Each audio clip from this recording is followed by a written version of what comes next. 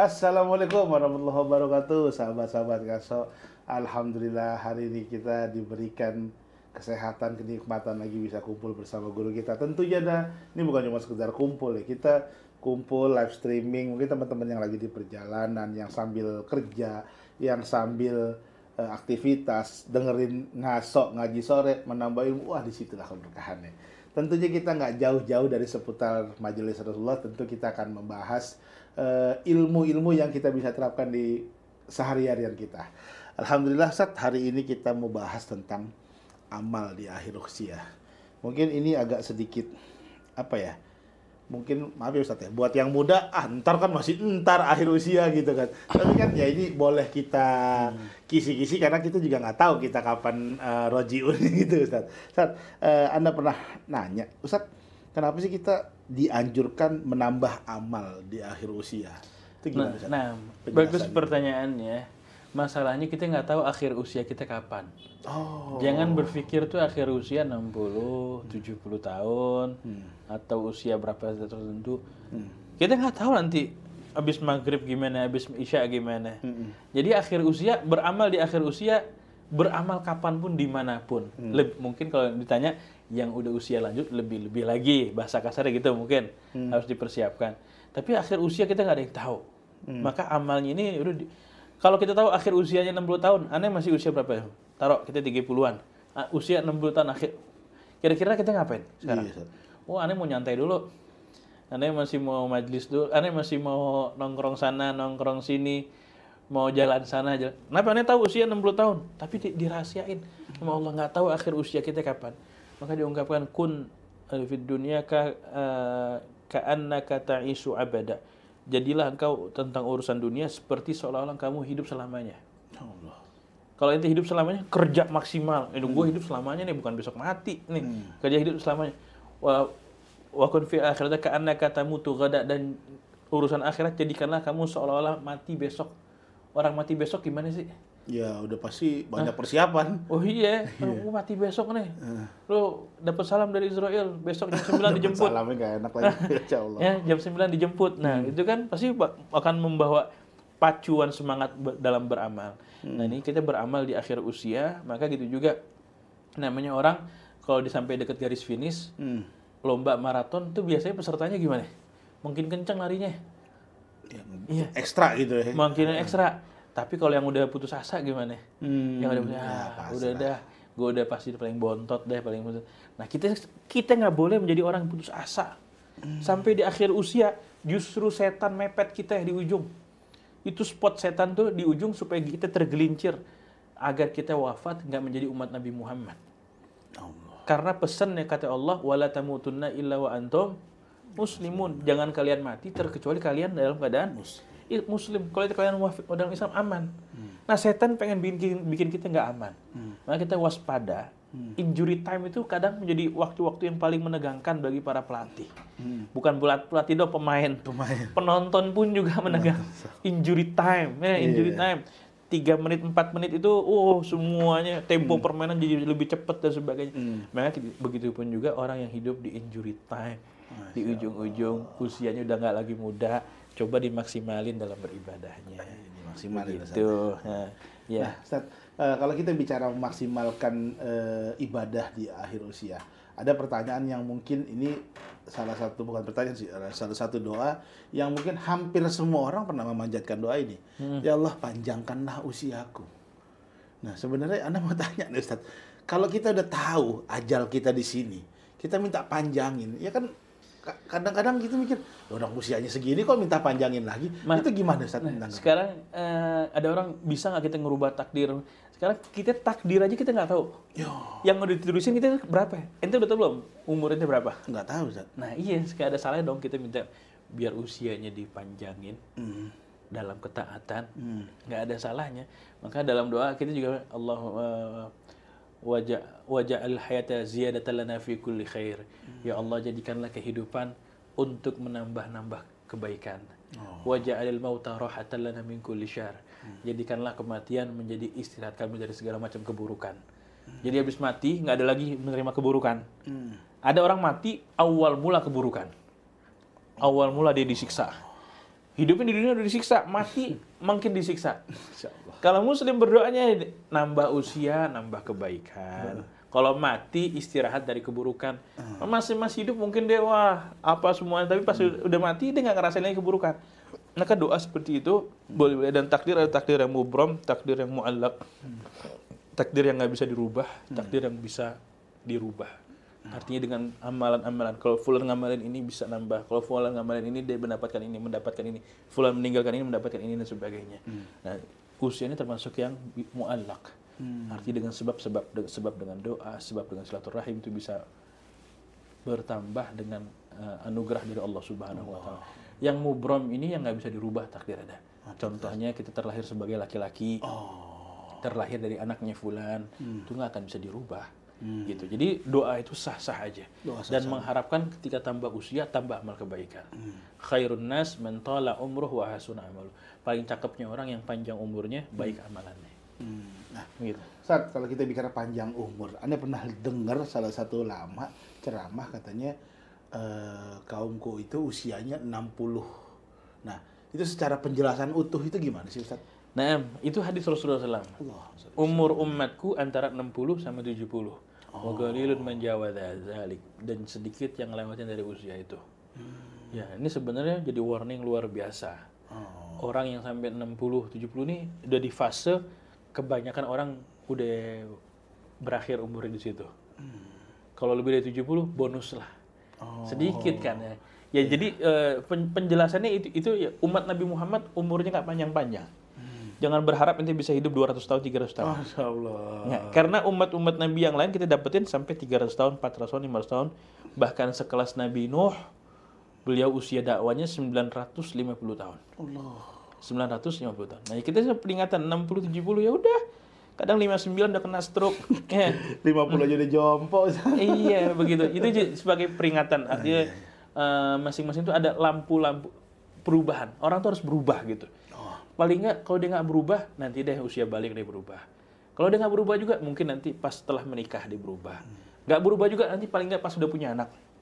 Nggak berubah juga nanti pas usia 40 tahun. Nggak berubah juga ntar deh usia 60 tahun. Nggak berubah juga, wassalam deh. Lo mau nunggu apa lagi deh. 60 itu kan mikot akhirnya bisa dibilang. Batas akhir kata Rasul 60-70 itu biasanya usia umatku di kisaran segitu. Nabi SAW 63 tahun. Iya ya. Gitu. Sahabat-sahabat ngaso, itu dia tadi judul kita adalah ibadah di akhir usia. Tadi kan Ustadz udah ngejelasin. Masya Allah, nambah banget nih ilmu saya nih. Khususnya saya pribadi. Sahabat-sahabat ngaso mungkin di rumah juga demikian. Kita belum selesai nih, masih ada segmen 2 dan segmen 3. Tapi kita harus rehat sejenak. Setelah yang satu ini jangan kemana-mana. Assalamualaikum.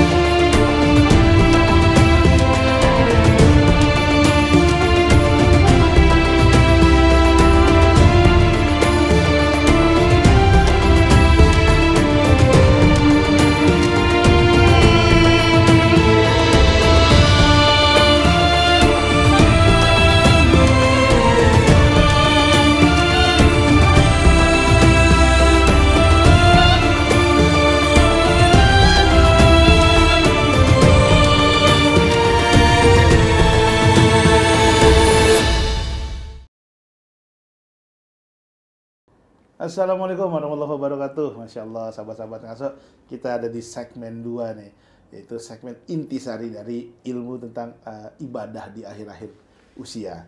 Ustaz, Anda pernah baca salah satu hadis katanya Nabi Muhammad itu sering menerima wahyu di akhir-akhir usia. Gimana penjelasannya itu, Ustaz?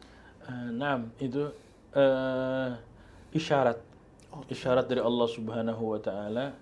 Karena Nabi ketika banyaknya berjumpa dengan Jibril di akhir-akhir usianya, beliau merasakan akan ajal yang sudah semakin dekat. Sampai dibisikin kepada Sayyidah Fatimah. Sayyidah Fatimah itu dibisikin, Jibril menurunkan wahyu pada tahun ini, nggak seperti tahun-tahun sebelumnya. Berapa kali lah disebut gitu. Wala ara illa al-ajal illa qad iqtarab. Dan aku tidak melihat terkecuali ini sebagai isyarat bahwa ajalku sudah semakin dekat. Itu kata Rasulullah SAW. Sampai mendengar itu Sayyidah Fatimah menangis. Karena akan berpisah dengan ayahnya. Dan akan berpisah dengan ayahnya. Jadi Nabi SAW, orang-orang soleh bisa merasakan isyarat-isyarat kayak begitu. Isyarat-isyarat kayak gitu. Yang mau detik-detik sakaratul maut. Detik-detik menjelang ajalnya. Itu yang Nabi SAW merasakan ketika menerima wahyu di akhir-akhir usianya kayak begitu. Dan ya menjadi pelajaran juga buat kita untuk orang tua agar lebih buat kita nih untuk lebih memperbanyak baca Al-Qur'an, membaca wahyunya Allah Subhanahu wa taala yang turunkan pada Nabi Muhammad. Ya, karena itu yang Nabi SAW terima deres di akhir-akhir usia beliau. Maka sudah sepantasnya juga kita di akhir juga memperbanyak baca Al-Qur'an. Gitu kita. Ustaz, kalau tadi Ustaz bilang di segmen 1 kita dikasih fase-fase usia nih, nanti dia nunggu balik, nanti ditunggu 30, bahkan nanti dia 40, nanti 50. Nah, ada pertanyaan, berarti kita untuk menjadi orang yang alim, orang yang menuntut ilmu, nunggu tua aja apa gimana, Ustaz? Ya, jadi kalau bisa dari awal baik sampai berujung baik, itu jauh lebih baik. Tapi kalau nggak bisa baik di awal, paling nggak baik di akhir. Kita sering menyampaikan ada innamal a'malu binniyat. Amalan tergantung dengan niatnya. Niat itu di awal. Kalau bagus di awal itu luar biasa. Tapi orang yang gagal bagus di awal, ya Allah, saat masa muda aneh udah botol apanya udah tegak saat. Wah, botol minyak angin maksudnya. Iya, botol minyak angin udah tegak, apalagi udah dicobain semuanya. Nah, terus habis itu dia mau berubah bisa. Innamal a'malu bil khawatim. Amalan tergantung bagaimana ujungnya. Orang yang gagal bagus di awal, pastiin jangan gagal di akhir. Maka perbaiki di akhir. Kalau gagal di awal, paling nggak dia berhasil di akhir. Idealnya bagus di awal sampai bagus di akhir. Itu idealnya. Ideal. Tapi para sahabat kita dapetin juga banyak sahabat yang baru masuk Islam, hitungan berapa menit, kemudian dia wafat. Bagus banget. Sampai kata Rasulullah ini mimman amila qalilan wa ujira katsiran. Orang kayak gini orang yang amalannya sedikit tapi pahalanya gede. Nah, baru masuk Islam, belum puasa. Dia belum ngapa-ngapain, baru berapa menit masuk Islam. Baru masuk Islam. Kan diceritain sama Rasulullah tuh, ada orang datang tergesa-gesa kepada Rasulullah SAW. Sampai kepada Rasulullah, ka'annahu yuriduna. Seperti ini orang mau kita nih. Kayak ini orang mau kita. Mau ngapain? Ente siapa? Ana Rasulullah SAW. Asyhadu an la ilaha wa asyhadu anna Rasulullah. Aku bersaksi bahwa tiada Tuhan selain Allah dan engkau adalah utusan Allah Subhanahu wa taala. Wahai Rasul, masuk Islam nih, baru masuk Islam. Wahai Rasul, ente mau kemana? Ane mau perang fi sabilillah. Kalau begitu wahai Rasul, ane ikut. Baru gerakin kendaraan, jatuh dia. Mati nih orang. Baru punya niatan mau perang fi sabilillah. Belum perang tuh ya. Belum perang, dia udah mati, jatuh. Wahai Rasulullah, ini udah mati, ya Rasulullah. Kata sahabatnya, ini orang sahabat yang baru masuk Islam nih mati nih. Kata Rasulullah, langsung berpaling, nggak mau ngeliat mukanya. Kenapa? Nggak mau ngeliat mukanya. Kata Rasulullah ngelihat ada 70 bidadari. Ya Allah. Nyuapin dia pakai buah-buahan dari surga. Masya Allah. 70 bidadari nyuapin dia pakai buah-buahan dari surga. Bayangin tuh zaman. Kenapa? Karena itu kata Rasulullah, ada memang amila qalilan wa ujira katsiran. Ini orang yang ngamalannya sedikit tapi pahalanya gede. Banyak. Nah, jadi begitu kita nggak tahu nih mana. Dan yang paling penting ujungnya, gimana ujungnya, begitu meminta. Ustaz, ada kalimat hamba akan dibangkitkan atas apa yang ia tekuni. Itu gimana Ustaz penjelasannya? Nah, itu hadis Nabi SAW. Nabi SAW bersabda, yamutul mar'u ala ma asya'ali. Seseorang mati tergantung gaya masa hidupnya gimana. Kalau masa hidupnya penuh kebaikan, biasanya mati dalam kebaikan. Jadi puzzle ini kayak puzzle deh. Hidupannya kayak puzzle. Kalau dia merangkai puzzle kebaikan, ujungnya akan kebaikan. Kalau orang yang dengan keburukan, biasanya ditutup juga dengan keburukan. Biasanya seperti itu. Tapi ada juga sedikit orang yang full dengan keburukan, di ujungnya berbuat kebaikan. Iya. Husnul khotimah. Ada juga orang yang full kebaikan, di akhirnya berbuat keburukan, dia mati. Itu yang Ustadz bilang, setan nggak tinggal diam gitu. Setan mepet itu kesempatan terakhir, nyarin gue gagal kemarin-kemarin. Yang penting di ujungnya dia nyungsep bareng gue. Gitu. Makanya kita kalau lagi ada orang jenazah itu kita bantu talqin la ilaha illallah. La ilaha illallah. Gitu. Tuh talqin tuh kalau dia udah ngucapin la ilaha illallah, udah. Jangan dipaksa lagi. Ayo ngomong lagi. Tadi kesel nih ngomongin lain lagi. Capek bos nih udah gitu. Capek nih lu apa sih? Nah gitu. Gitu. Jadi tuh kita jaga banget tuh kayak gitu. Jangan sampai tergelincir tuh kena setan tuh mepet banget tuh kayak begitu. Ibaratnya kalau udah barisan penuh dia nyempil tuh gitu. Gitu minta. Alhamdulillah sahabat-sahabat ngaso tadi udah dijelasin bagaimana kita harus membangkitkan semangat kita khususnya nanti di akhir-akhir usia kita. Karena tadi Ustadz bilang, secara umur kita nggak ada yang tahu, tapi secara pembekalan dan secara belajar terus-menerus. Karena ya mudah-mudahan kita dipanggil atau kita diwafatkan dalam keadaan siap. Artinya kita sudah dalam keadaan yang baik. Kita akan kembali sejenak setelah yang satu ini, jangan kemana-mana, tetap di Ngaso. Assalamualaikum warahmatullahi wabarakatuh.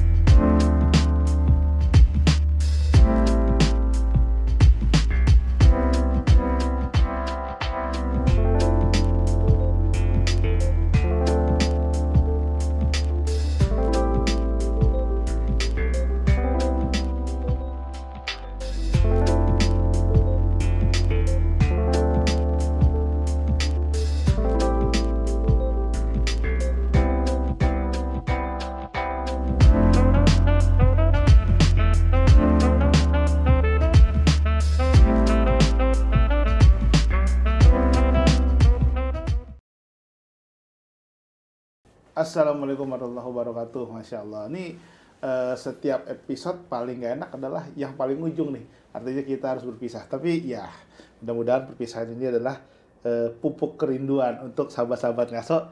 Setiap Rabu jam 5 sore nonton Ngaso terus. Karena ada banyak-banyak ilmu. Dan tentunya ilmu bukan dari saya, dari guru kita. Ya Rabb, minallah.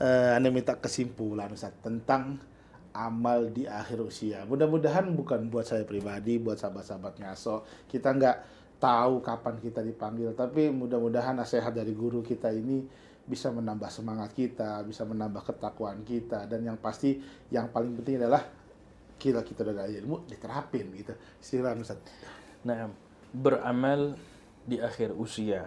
Beramal di akhir usia itu akan tercapai kalau dia di usia mudanya sudah biasa beramal. Ya. Kalau di usia muda udah biasa beramal, dia insya Allah di usia tuanya akan dibimbing oleh Allah untuk beramal juga. Kalau di usia muda yang sudah biasa beramal, di usia tuanya nggak bisa beramal karena udzur, tetap ditulis oleh Allah orang yang beramal.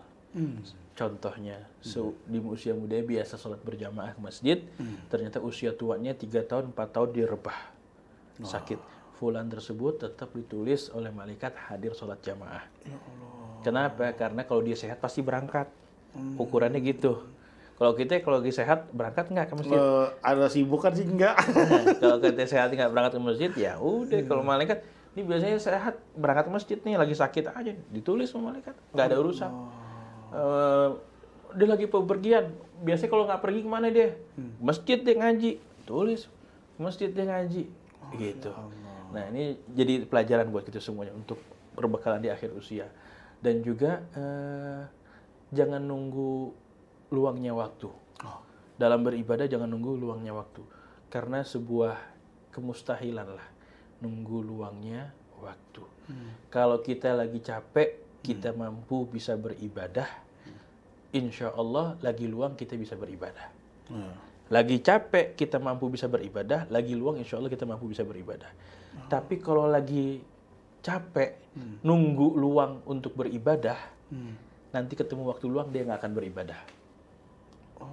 Simpelnya, ente malam lagi capek-capek, kayak malam ini ente nggak tahajud, capek banget deh. Malam ini ente nggak tahajud dulu, lagi capek banget. Nanti besok malam ente nggak capek, ente nggak tahajud. Besok malam ente nggak capek, ente nggak sibuk, ente nggak tahajud. Tapi kalau ente malam ini lagi capek banget, ente yang besoknya tahajud, besok malam ente nggak capek, ente tahajud. Itu pasti begitu. Orang yang nggak bisa sedekah saat lagi terbatas, ntar aneh kaya dia saat sedekah banyak. Bohong, nanti pas dia kaya dia nggak akan bisa sedekah. Pas kaya dia nggak bisa sedekah. Nggak mulai. Tapi lagi ada berapa itu sedekahin, nanti insya Allah nanti ada uang banyak, ada lebih banyak, nanti juga bisa memberikan sedekah. Kira-kira begitulah pelajaran yang dimanfaatkan usia. Wallahu ta'ala a'lam. Insyaallah. Sahabat-sahabat ngaso, itu dia tadi kesimpulan tentang ibadah di akhir usia. Mudah-mudahan kita semua berada di usia yang kita nggak tahu kita kapan akan dipanggil Allah, tapi mudah-mudahan kita dipanggil dalam keadaan yang naik levelnya nih. Jangan cuma segini-segini aja. Tadi Ustadz bilang kan, kalau kita udah biasa sholat jamaah, nanti usia kita udah nggak muda lagi, akan terus-terusan dicatat. Nah itu tuh yang enak tuh, akan terus-terus dicatat dalam kebaikan. Mudah-mudahan ada manfaatnya. Kita ketemu lagi di di episode selanjutnya. Akhir kata saya pamit. Assalamualaikum warahmatullahi wabarakatuh.